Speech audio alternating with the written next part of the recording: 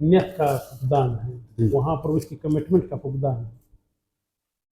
اس commitment کی نہ ہونے کی وجہ سے بات یہ ہے کہ ابھی یہاں پر آپ نے لاہور بھی دیکھا ہوا، اسلام آباد بھی دیکھا ہوا، یہاں پر ترقی اور خوشحالی ہے.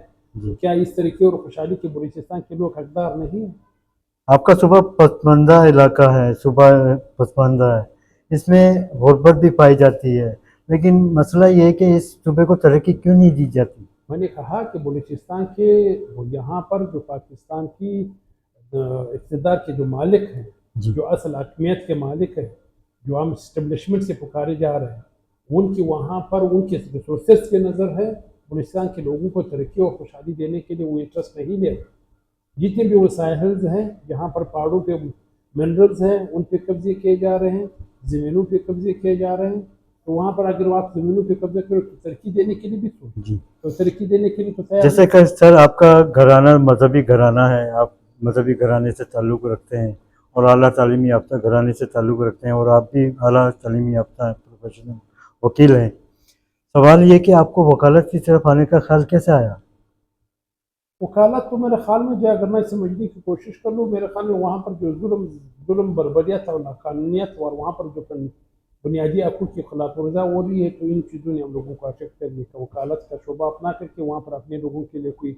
آواز بند کر کے کوئی آواز اٹھا لے تاکہ ان کی محرومیوں اور محکومی کے لیے کوئی ہم ایک اپنا کردار ادا کر سکیں. سر کیریئر کے ضمن میں کن شخصیات نے آپ کی رہنمائی فرمائی زندگی میں یا کیریئر کے حوالے سے؟ کیریئر کے حوالے سے تو میرے خیال میں اگر دیکھ لیتے ہیں ایز سچ تو ہمارے پروفیشن کے اندر تو خاص کر اگر وکالت کے حوالے سے کہتے ہو تو میرے خیال میں ہسٹری میں اگر کر لیتے ہو، میرے خیال میں جو ہمارے انصاف کے ججز کے حوالے سے دیکھ لو جو باصول لوگ رہیں ان لوگوں نے تھوڑا سا ہمیں اٹریکٹ کیا ہوا ہے. لیکن یہاں پر جو موجودہ صورتحال میں اگر دیکھ لیتے ہیں دوغلاپن کی انتہا ہے، تو وہ جو بہت کم کریکٹر تھے، جسے اگر جوڈیشری کے اندر دیکھ لیں دورا پٹیل جیسے جسٹس کارنیلس جیسے، اور یہ لوگ ان لوگوں کی جو آج تک لوگ سر آپ ایک پروفیشنل وکیل ہیں، وکالت پروفیشنل شعبہ، ایسا کیا ہوا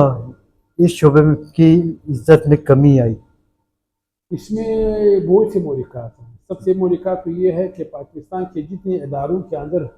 اسٹیبلشمنٹ کی بیجا مداخلت اور اسی طرح اسی کے 2007 کی تحریک کے بعد جو ہماری وکلا تحریک چلی تھی اس وقت چودھری افتخار کی، اس تحریک کے بدلے میں اس وقت تحریک تو کامیابی کی طرف گئی تھی، تو وہ تحریک جو ہے اس تحریک کی کامیابی کے بعد اسٹیبلشمنٹ کو سب سے زیادہ جو خوف آ رہی تھا وہ وکلا برادری سے ہی تھا. تو وہاں سے اس وقت سے ان لوگوں نے بالکل اس کے اوپر کام شروع کر کے ہمارے وکلا کے اندر بھی مداخلت کرتے ہوئے وکلا کے اندر ڈویژنس پیدا کر دیے گئے. وکلا کے اندر وہاں پر ان لوگوں کے اندر بھی ایک فورم بنا دیے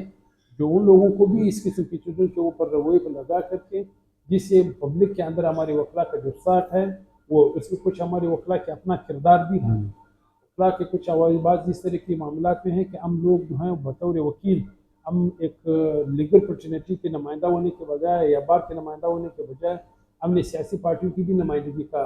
زیادہ رول ادا کیا ہے. میں تو ایک وکیل کو تو اگر پارٹی میں ہونا چاہے تو پھر اس کو بار کا سیاست نہیں کرنا چاہیے.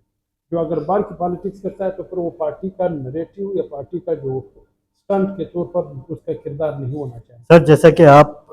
پروفیشنل وکیل ہیں اور آپ اپنے کلائنٹ کے کیس کے مقدمے کے سلسلے میں عدالتوں میں تحقیق اور مطالعے کے تحت پیش ہوتے ہیں، لیکن آج کل کے وکلا میں ایسی ضرورت نہیں پائی جاتی، اس کی وجہ کیا ہے؟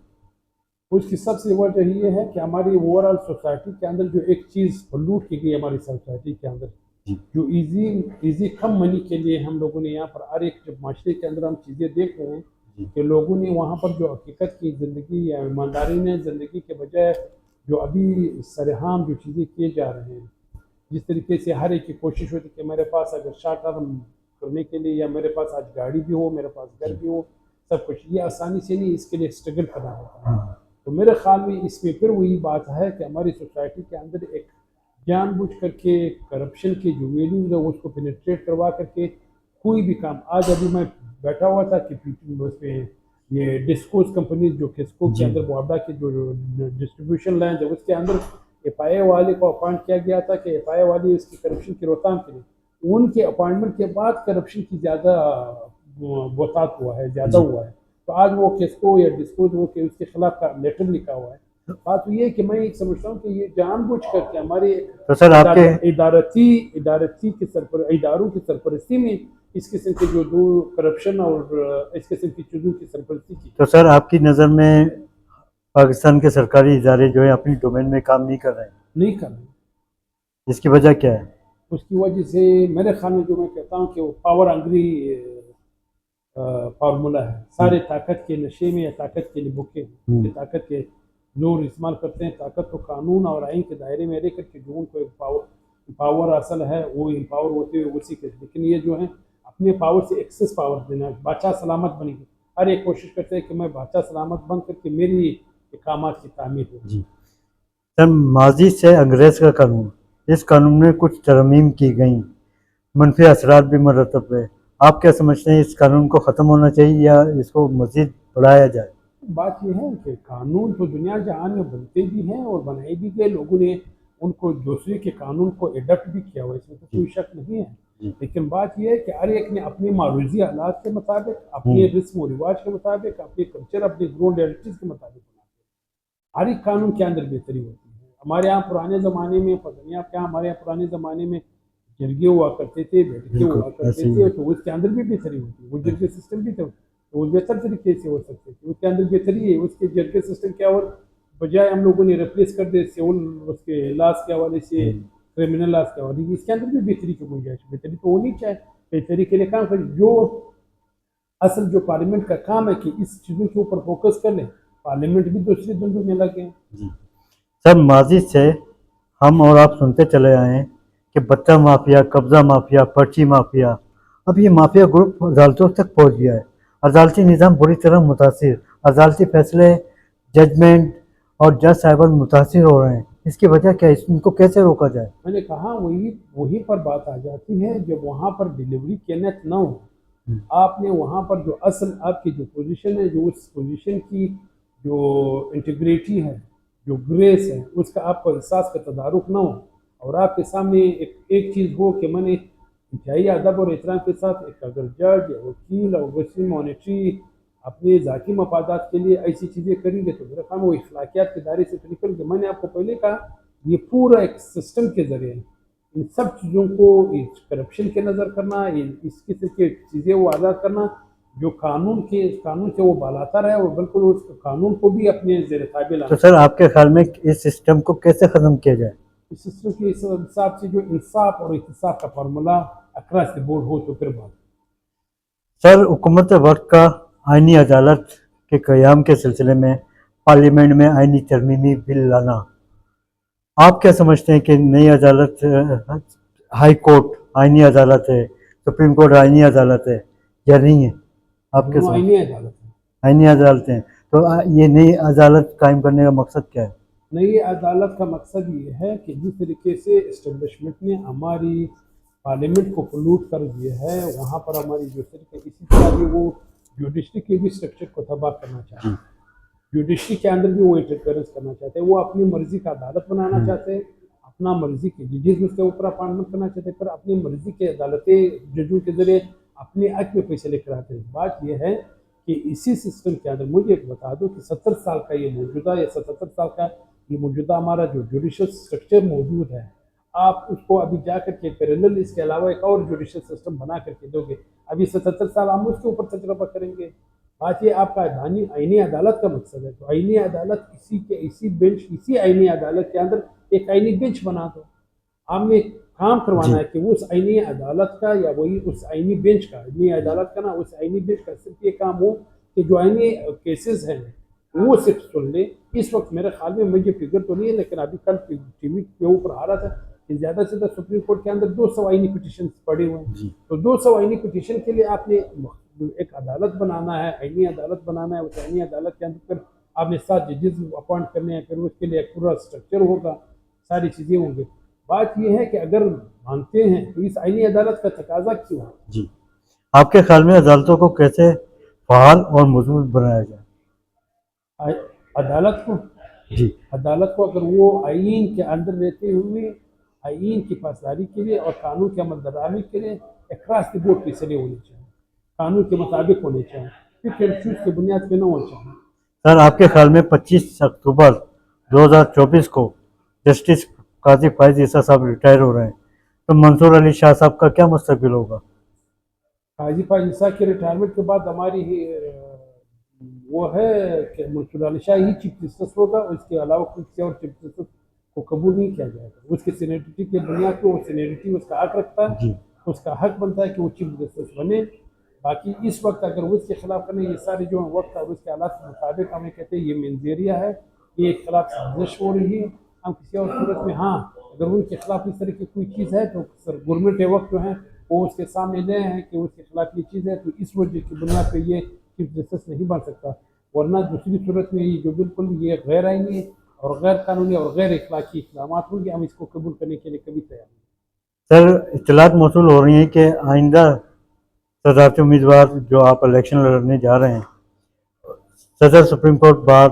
آپ ہی ہوں گے، کیونکہ آپ کی اعلیٰ خدمات کو مد نظر رکھتے ہوئے آپ یہ الیکشن جیتنے میں کامیاب ہو جائیں گے، آپ کی کیا رائے؟ بہرحال میں تو کوشش ہی کرتا ہوں، نجومی تو نہیں ہوں، نہیں، اللہ سے رکھتے اطلاعات موصول ہوئی ہیں اس لیے بات یہ ہے کہ اس میں تو بات یہی کی جا سکتی، الیکشن کے معاملے میں تو دیکھنا ہی پڑے گا، کوشش کر سکتے آخری الیکشن کی پولنگ جو لاسٹ ووٹ کی گنتی تک جو ہے الیکشن ایک پروسیس کا حصہ ہے، کوشش کریں گے کہ الیکشن جیت سکے اور بلوچستان کی ریئل ریپرزنٹیشن کر سکے۔ آپ صدارتی امیدوار سپریم کورٹ بار، نظام عدل، انصاف، جوڈیشری، وکلا کے مسائل حل کرنے کے لیے سلسلے میں آپ کے پاس کیا خاکہ تیار ہے؟ سب سے پہلی جو میرے خیال میں اس وقت جو اگر میرا یہ مطالبہ ہے کہ سپریم کورٹ کے اندر ایک آئینی بینچ ہونی چاہیے، اور وہ آئینی بینچ صرف آئینی کیسز ہی سن رہے ہیں۔ باقی جہاں تک سپریم کورٹ کے اندر جو سوشل جسٹس کے جو لوگوں کے جو عام سائلین کے جو کیسز ہیں ان کو ہر صوبے کے اندر ایک ریگولر بینچز وہاں پر ہونی چاہیے، بجائے وہ اسلام آباد میں بیٹھنے کے لیے صوبوں کے اندر وہاں پر جو ان لوگوں نے رجسٹری برانچز بنائے ہوئے بینچز بنائے ہوئے، اس رجسٹری کے اندر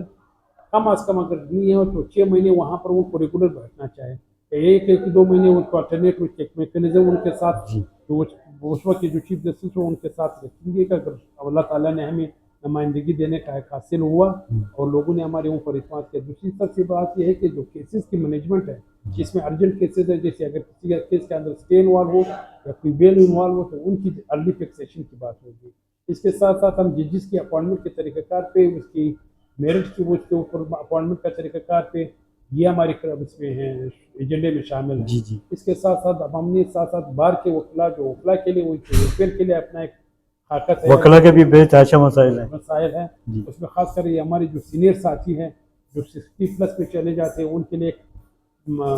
پینشنیبل کا کوئی مناسب پینشن اس کو منتھلی ملنے کے لیے ایک میکینزم بنانے کا ایک ذہن میں ایک خاکہ ہے۔ اس کے ساتھ ساتھ جو ہماری ہاؤسنگ اسکیم ہے جو اسلام آباد میں وکلا کے حوالے سے، اس کے اندر جو اگر جو پلاٹوں کے حوالے سے جو ریزرویشن پلاٹ کے حوالے سے ہیں ان میں کوشش کریں گے کہ جو موجودہ صورتحال ہے اس کے اندر مزید پروگریس کے لیے اپنا ایک رول ادا کریں۔ شہزاد شوکت صاحب کی کارکردگی کیا رہی آپ کی نظر میں؟ میرے خیال میں نظر میں جو ہے شہزاد شوکت صاحب کی کارکردگی اس پہ میرے خیال میں مائنس میں جا رہی ہے، مائنس میں جا رہی ہے۔ سر آپ صدر سپریم کورٹ بار منتخب ہوتے ہی کن شعبوں کو آپ ترجیح دیں گے؟ میرے خیال میں میرا جو اسکوپ ہے میرے جوڈیشری کے اندر ہے اور وکلا کی ویلفیئر ہے، اس کے علاوہ مجھے آزاد پارلیمنٹ کے لیے بھی، آزاد ججز کے لیے بھی اور پولیٹیکل پارٹی سے بھی کہ اس کا کہ وہ آئین اور قانون کی پابندی اور اس کی پاسداری کریں،